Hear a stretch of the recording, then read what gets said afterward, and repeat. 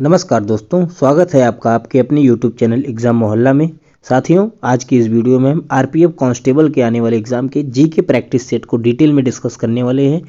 इस वीडियो में हमने top most to the point syllabus के हिसाब से 50 सेलेक्टेड क्वेश्चन लिए हुए हैं। वीडियो में लास्ट तक आप जरूर बने रहिएगा और कमेंट करके बताइएगा कि इन 50 प्रश्न में से आपके कितने प्रश्न सही हो रहे हैं, आपकी तैयारी किस प्रकार की है। चलिए फ्रेंड्स, बिना वक्त ज़ाया किए शुरू करते हैं पहले प्रश्न से।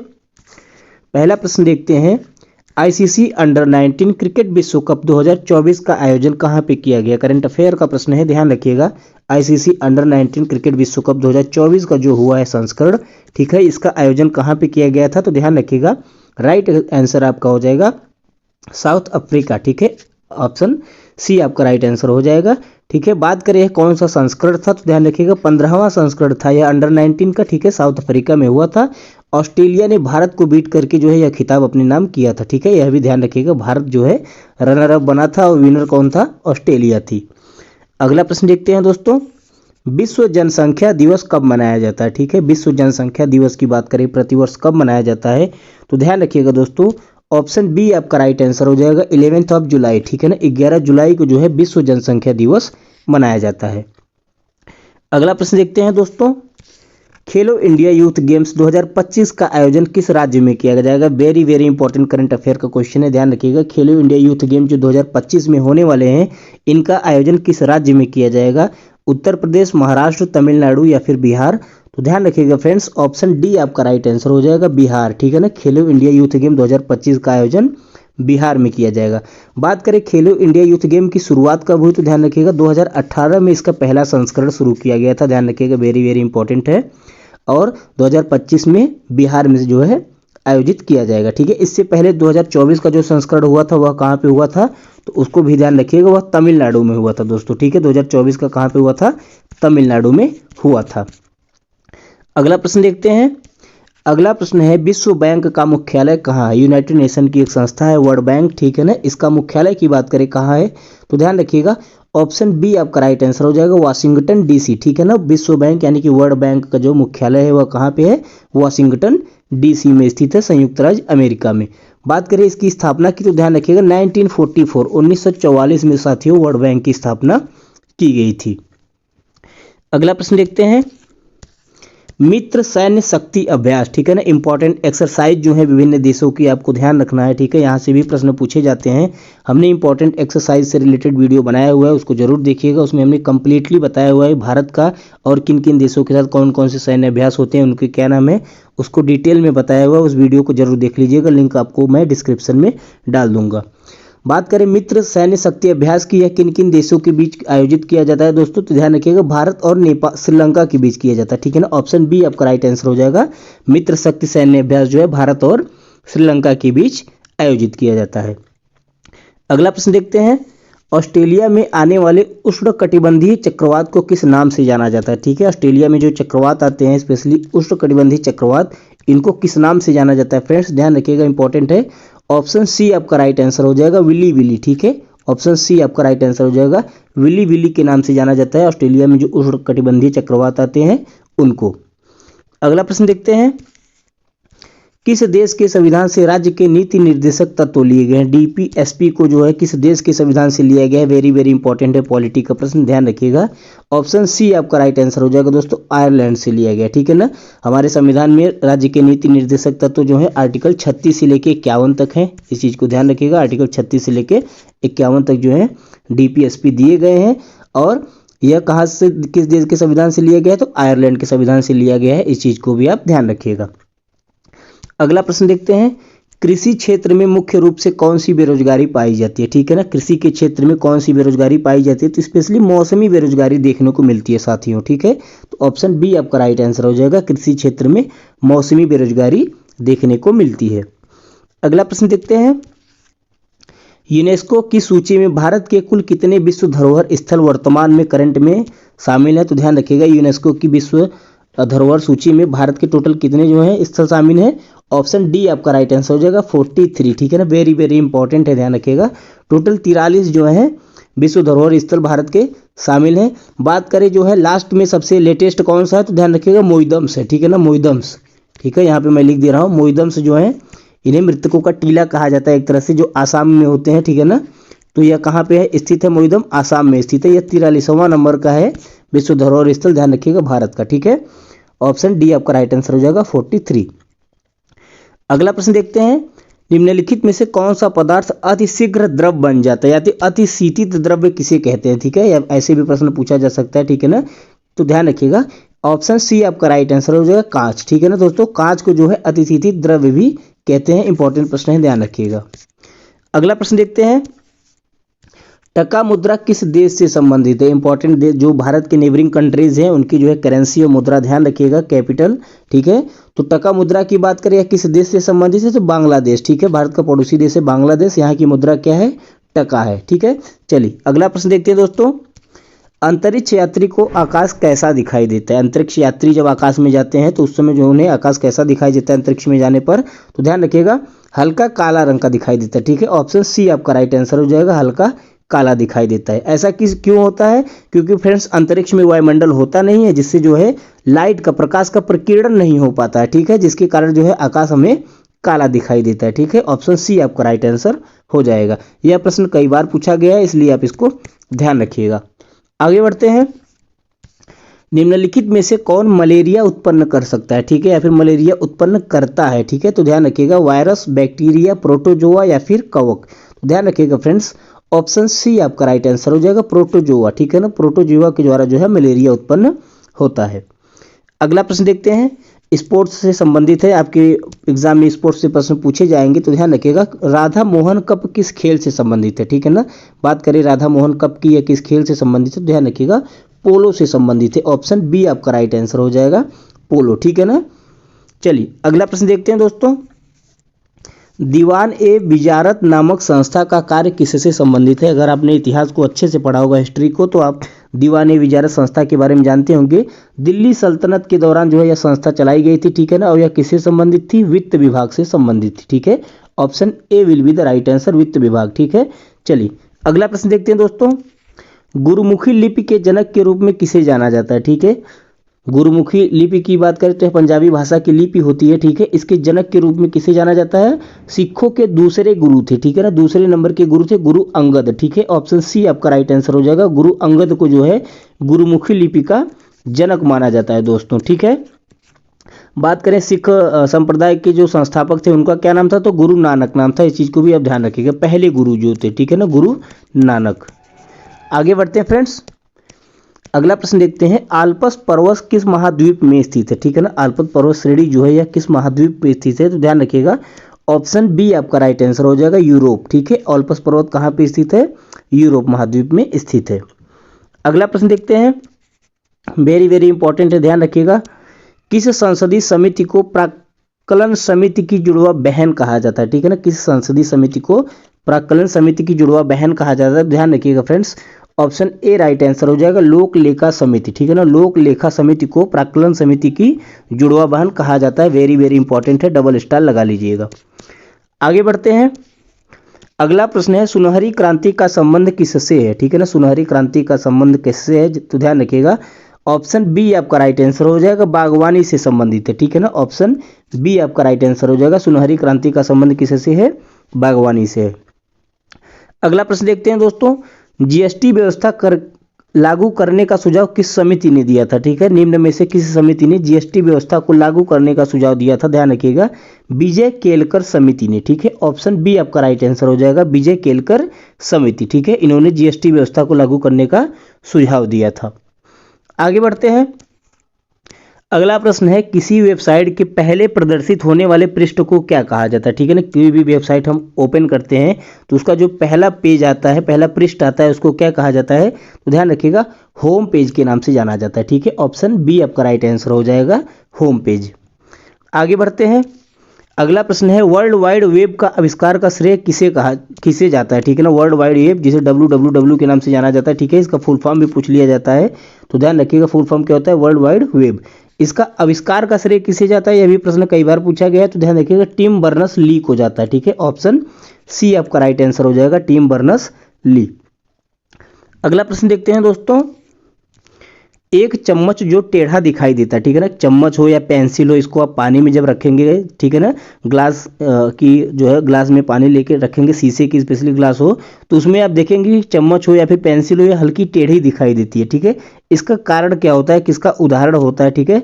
तो ध्यान रखिएगा दोस्तों, यह किसका उदाहरण होता है, अपवर्तन का होता है, ठीक है ना। ऑप्शन ए आपका राइट आंसर हो जाएगा, ठीक है, अपवर्तन का होता है।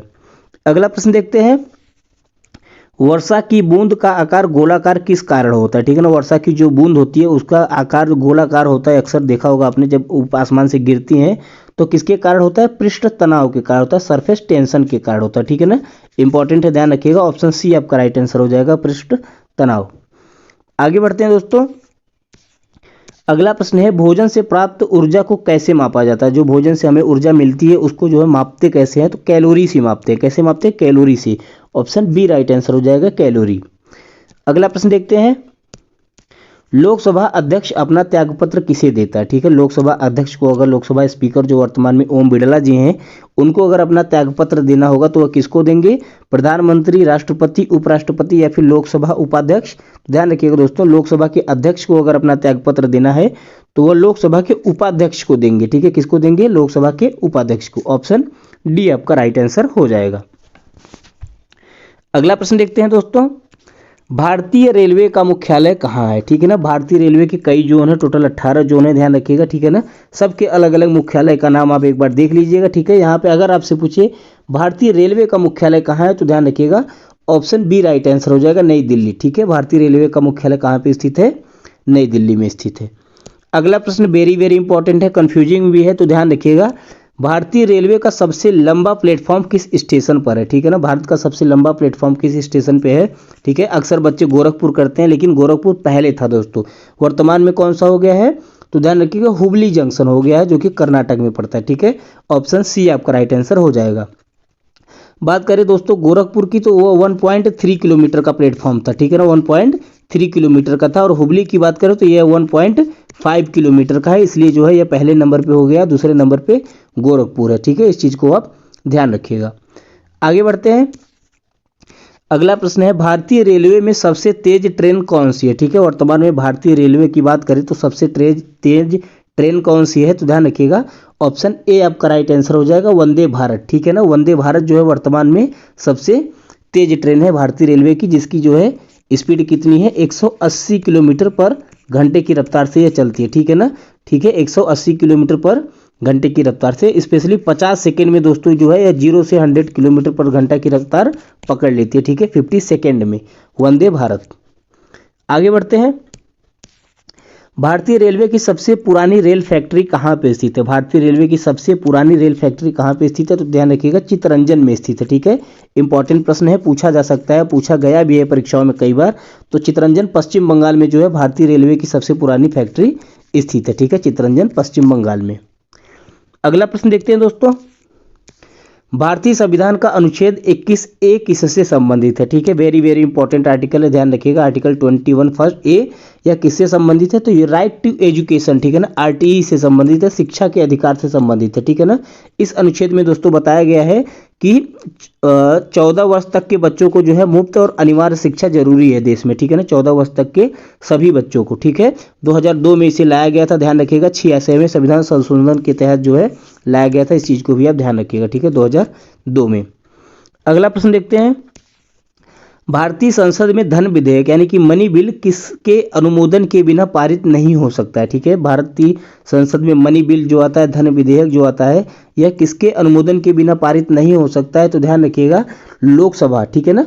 ऑप्शन ए आपका राइट आंसर जो है, लोकसभा में के अनुमोदन के बिना यह पारित नहीं हो सकता है मनी बिल। अगला प्रश्न देखते हैं, राष्ट्रपति शासन कितने दिनों के लिए लगाया जाता है, ठीक है ना। तो राष्ट्रपति शासन लगाया जाता है किस अनुच्छेद के तहत, तो ध्यान रखिएगा, आर्टिकल 356 के तहत दोस्तों राष्ट्रपति शासन लगाया जाता है देश के अंदर, ठीक है। और राष्ट्रीय आपातकाल की बात करें तो यह 352 के तहत लगाया जाता है, इस चीज़ को भी आप ध्यान रखिएगा, ठीक है। 360 के तहत वित्तीय आपातकाल लगाया जाता है, ठीक है। इमरजेंसी से संबंधी यह 3 प्रावधान है, ध्यान रखिएगा। राष्ट्रपति शासन 356 में है, और राष्ट्रीय आपातकाल 352 में, वित्तीय आपातकाल 360 में। यहाँ पे प्रश्न पूछा जा रहा है राष्ट्रपति शासन कितने दिनों के लिए लगाया जाता है, तो ध्यान रखिएगा 6 माह के लिए लगाया जाता है। ठीक है, ऑप्शन ए आपका राइट आंसर हो जाएगा। हालांकि विशेष स्थिति में इसे 3 वर्ष तक भी बढ़ाया जा सकता है, लेकिन जो है 6 माह तक वैसे लगाया जाता है राष्ट्रपति शासन। अभी वर्तमान में बात करें तो मणिपुर में राष्ट्रपति शासन लगा हुआ है। अगला प्रश्न देखते हैं दोस्तों, भारतीय संविधान की 8वीं अनुसूची में कितनी भाषाएं शामिल की गई हैं। ठीक है ना, हमारे संविधान में टोटल कितनी अनुसूचियां हैं, 12 अनुसूचियां हैं। इस चीज़ को आप ध्यान रखिएगा, जिसमें से 8वीं अनुसूची में भाषाओं के बारे में बताया गया है। ठीक है ना, और कितनी भाषाएं टोटल हैं, तो ध्यान रखिएगा 22 भाषाएं शामिल की गई हैं। एक फैक्ट इंपॉर्टेंट और भी ध्यान रखिएगा दोस्तों कि जब हमारा कॉन्स्टिट्यूशन बना था तो उस समय केवल 14 भाषाएं थी। ठीक है ना, लेकिन वर्तमान में टोटल 22 भाषाएं हो गई हैं। ठीक है ना, समय समय पे इनमें संशोधन किया गया है और बाकी जो है बची भाषाओं को ऐड किया गया था। ठीक है, अगर आपसे यह भी प्रश्न पूछे कि मूल संविधान में कितनी भाषाएं थी 8वीं अनुसूची में, तो ध्यान रखिएगा 14 थी। ठीक है, वर्तमान में 22 है।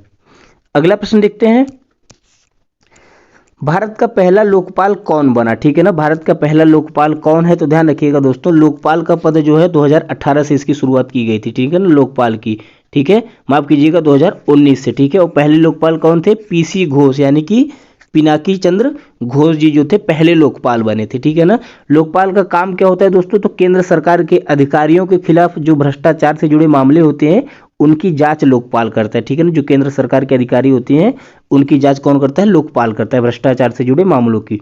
इनका कार्यकाल पूछा गया है परीक्षाओं में, तो ध्यान रखिएगा 5 वर्ष या 70 वर्ष जो पहले हो जाए यह लोकपाल का कार्यकाल होता है।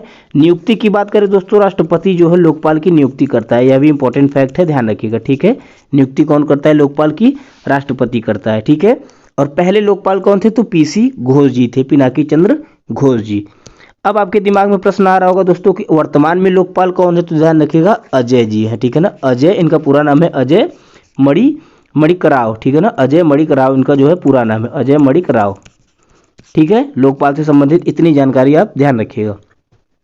अगला प्रश्न देखते हैं, प्रथम स्वतंत्रता संग्राम किस वर्ष हुआ। ठीक है ना, फर्स्ट इंडिपेंडेंस वॉर के नाम से किसे जाना जाता है, 1857 की क्रांति को जाना जाता है। तो ध्यान रखिएगा प्रथम स्वतंत्रता संग्राम कौन था, 1857 की क्रांति 1857 में हुआ था। अगला प्रश्न देखते हैं, अजंता की गुफाएं किस काल की हैं। ठीक है ना, अजंता की गुफाएं कब यूनेस्को में शामिल हुई थी, यह भी प्रश्न पूछा जाता है। तो ध्यान रखिएगा 1983 में शामिल किया गया था दोस्तों। ठीक है ना, 1983 में। और यह किस काल से संबंधित है, तो ध्यान रखिएगा गुप्त काल से संबंधित है, गुप्ता पीरियड से संबंधित है अजंता की गुफाएं। अगला प्रश्न देखते हैं, दीन ए इलाही धर्म की स्थापना किसने की थी। ठीक है ना, दीन ए इलाही धर्म की स्थापना की बात करें किसके द्वारा की गई थी, तो मुगल सम्राट अकबर के द्वारा दीन ए इलाही धर्म की जो है स्थापना की गई थी। किस वर्ष की गई थी, अभी प्रश्न पूछा गया है परीक्षाओं में, तो 1582 ईस्वी में दीन ए इलाही धर्म की स्थापना की गई थी। इस चीज को भी आप ध्यान रखिएगा। अगला प्रश्न देखते हैं दोस्तों, स्थायी बंदोबस्त प्रणाली किसने लागू किया था। ठीक है ना, स्थायी बंदोबस्त प्रणाली की बात करें या किसके द्वारा लागू की गई थी, ध्यान रखिएगा लॉर्ड कॉर्नवालिस के द्वारा लागू की गई थी स्थायी बंदोबस्त प्रणाली। ठीक है, लॉर्ड कॉर्नवालिस के द्वारा कब लागू की गई थी, तो 1793 में की गई थी। ठीक है ना, 1793 ईस्वी में स्थायी बंदोबस्त प्रणाली की शुरुआत की गई थी। अगला प्रश्न देखते हैं, जलियांवाला बाग हत्याकांड किस वर्ष हुआ था। ठीक है ना, वेरी वेरी इंपॉर्टेंट क्वेश्चन है, ध्यान रखिएगा। जलियांवाला बाग हत्याकांड की बात करें किस वर्ष हुआ था, तो ध्यान रखिएगा 13 अप्रैल 1919 को। ठीक है ना, कभी कभी एग्जैक्ट डेट दे देता है, तो ध्यान रखिएगा 13 अप्रैल 1919 को जो है जलियांवाला बाग हत्याकांड हुआ था। जलियांवाला बाग कहाँ पे पड़ता है दोस्तों, अमृतसर पंजाब में पड़ता है। अगला प्रश्न देखते हैं, ब्लैक फॉरेस्ट कहाँ स्थित है। ठीक है ना, ब्लैक फॉरेस्ट कहाँ पे पाए जाते हैं, तो ध्यान रखिएगा ऑप्शन बी आपका राइट आंसर हो जाएगा, जर्मनी। ठीक है ना, ब्लैक फॉरेस्ट कहाँ पे पाए जाते हैं, जर्मनी में पाए जाते हैं। अगला प्रश्न देखते हैं, भारत में पहली पंचवर्षीय योजना कब शुरू की गई। ठीक है, भारत की पहली पंचवर्षीय योजना जो थी यह कब शुरू की गई थी, तो ध्यान रखिएगा 1951 में शुरू की गई थी। ठीक है ना, वो 5-5 साल की योजनाएं होती थी। पहली जो है योजना 1951 में शुरू की थी और किस मॉडल पे आधारित थी, तो ध्यान रखिएगा हेराल्ड डोमर मॉडल पे आधारित थी। ठीक है ना, हेराल्ड डोमर मॉडल पे आधारित थी पहली पंचवर्षीय योजना। ठीक है, वेरी वेरी इंपॉर्टेंट है, ध्यान रखिएगा। अगला प्रश्न देखते हैं दोस्तों, भारत की सबसे बड़ी सरकारी बैंक कौन सी है। ठीक है, बात करें भारत की सबसे बड़ी सरकारी बैंक की, तो भारत की सबसे बड़ी सरकारी बैंक कौन है, ध्यान रखिएगा SBI। ठीक है ना, स्टेट बैंक ऑफ इंडिया जो है भारत की सबसे बड़ी सरकारी बैंक है। इसकी स्थापना कब की गई थी दोस्तों? तो 1955 में की गई थी, ध्यान रखिएगा। हेडक्वार्टर इसका पड़ता है मुंबई में, ठीक है ना, महाराष्ट्र में मुंबई।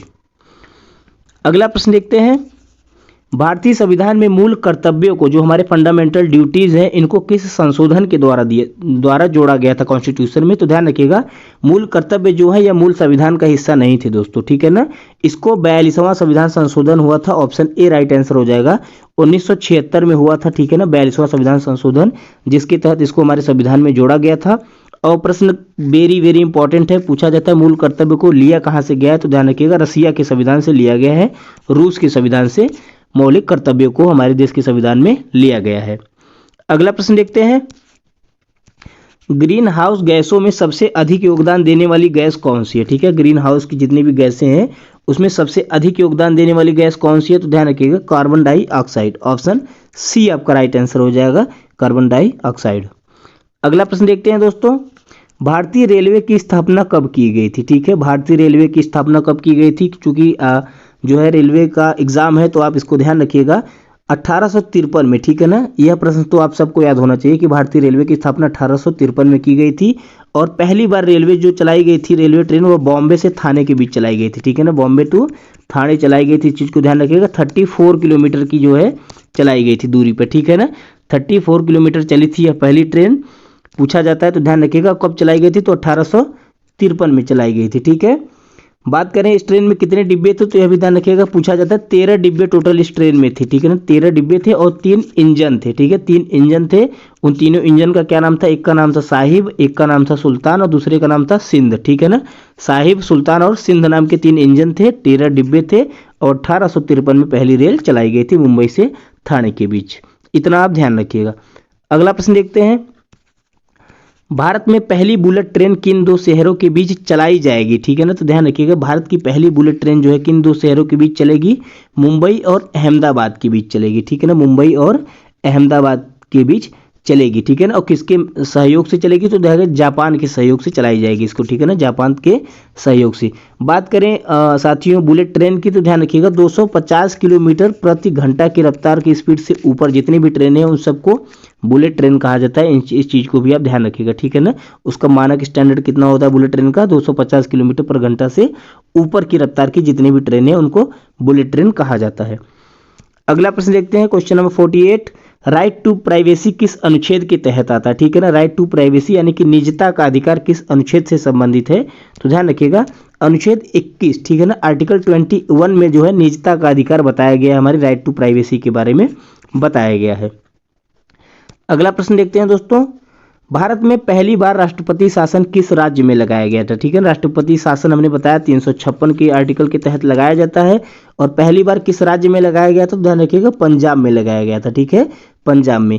डेट बता दूं आपको तो 20 जून को लगाया गया था, यह भी चीज ध्यान रखिएगा, 20 जून 1951 को जो है पहली बार राष्ट्रपति शासन लगाया गया था। अगर आपसे पूछे कि सबसे ज्यादा किस राज्य में लगाया गया है तो ध्यान रखिएगा यूपी में लगाया गया है, सबसे ज्यादा 10 बार जो है राष्ट्रपति शासन यूपी में लग चुका है। अगला प्रश्न देखते हैं, कौन सा राज्य पूर्व का स्कॉटलैंड कहा जाता है? ठीक है ना, कौन सा राज्य, भारत का कौन सा राज्य है जिसे पूर्व का स्कॉटलैंड कहा जाता है? तो ध्यान रखिएगा ऑप्शन ए आपका राइट आंसर हो जाएगा दोस्तों, ठीक है ना, ऑप्शन ए आपका राइट आंसर हो जाएगा, मेघालय, ठीक है ना, मेघालय जो है आपका राइट आंसर हो जाएगा। इसे पूर्व का स्कॉटलैंड कहा जाता है, ठीक है, पूर्व का स्कॉटलैंड किसे कहा जाता है? मेघालय को कहा जाता है। अगला प्रश्न देखते हैं, आखिरी प्रश्न है, ठीक है ना, 51, भारतीय संविधान में नागरिकता से संबंधित प्रावधान किस भाग में आते हैं? ठीक है, नागरिकता से संबंधित प्रावधान जो है यह किस भाग में आते हैं? तो ध्यान रखिएगा भाग 2, ठीक है ना, पार्ट 2 में नागरिकता से संबंधित प्रावधान दिए गए हैं। पार्ट 3 की बात करें तो इसमें क्या दिया गया? मौलिक अधिकार के बारे में बताया गया, ठीक है। भाग 4 की बात करें तो इसमें क्या बताया गया? डीपीएसपी यानी कि नीति निर्देशक तत्वों के बारे में बताया गया। भाग 5 में संघ के बारे में बताया गया, ठीक है। इस तरह से आप पूरी पॉलिटी को अच्छे से देख लीजिएगा, ठीक है। वीडियो आपको कैसा लगा हमें कमेंट करके जरूर बताइएगा, आपके कितने प्रश्न सही हुए उसको भी कमेंट करके बताइएगा। वीडियो देखने के लिए आपका बहुत बहुत धन्यवाद। अगर आप नए हैं तो चैनल को सब्सक्राइब जरूर कीजिएगा।